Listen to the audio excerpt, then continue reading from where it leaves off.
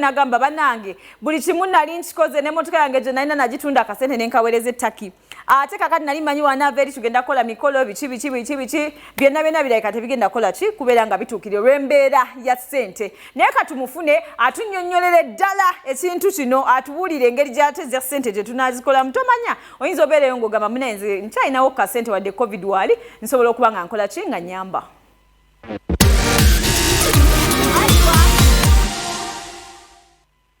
Butyo si bulungi si bubi nga mwennawe mumanyi nti nno mukyala wange mulwadde ali ttake embeera egenda mu maaso si nnungi so siri happy nnyo tukyali mu kunoonya ssente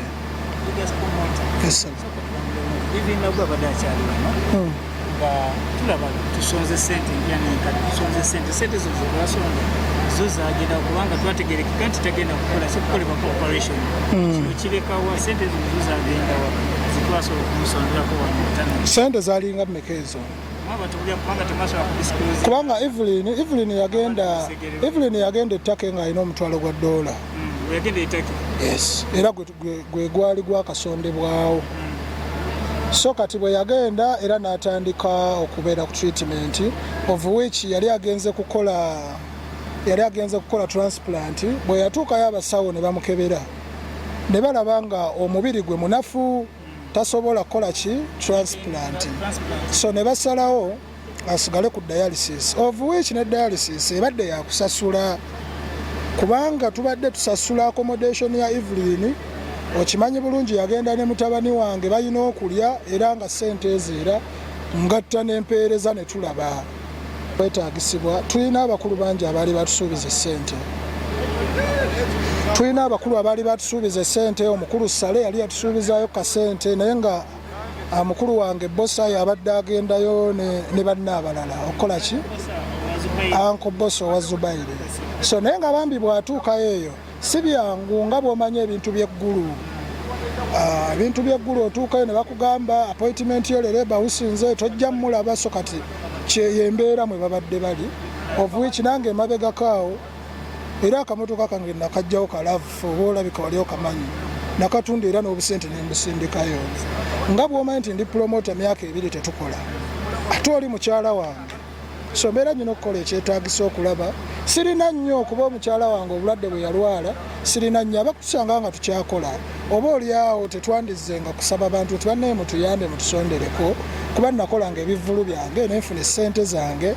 so kati embeera mwe tuli twetaaga ssente naye nga n'essaala nkulu omuntu yenna ali eyo ng'atulaba oyinza obba nga tasobola kuwaayo ssente ne musabire Evelyn talina kyalina Evelyn mumusondera busondezi talina kyalina kati nze Vegas omuntu ali eyandaba Vegas nga bwenfaanana kati mpalampa kufuna ki naawe oli nange wano ndaba oli muntu wange mwagala nga gwe bw'oyagala owuwo ng'atulaba bw'ayagala owuwe nange mwagala Evelyn okulwala ensigo yalwala nsigo teyalwala byonna kyegedde nsigo yokkaye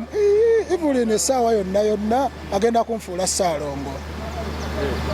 otegedde bulungi ate era Mukama bw'anaayamba gy'ali ne biggwa bulungi mu kaseera nga yakadda ate era nja kubayita emikolo ngenda kugukola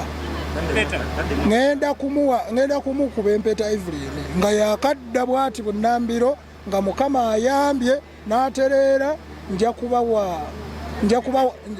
invitation mbawe ne location mbawe n'ekifo kuba embeera mwali mukyala wange oyo bambi Katonda bw'ayamba nadda ate nga najja kuyamba ate nno n'empeta nagigula dda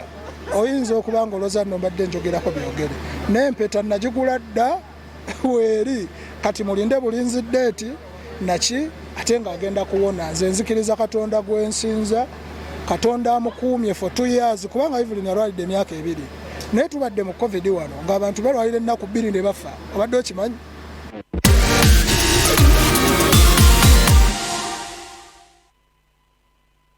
All right, I think ate omukulu Vegas mumwewuliddeko n'empeta yagigula dda n'olw'ensonga eyo ffe nga badekoreta weetuliyo esalawo emikolo we neetuuka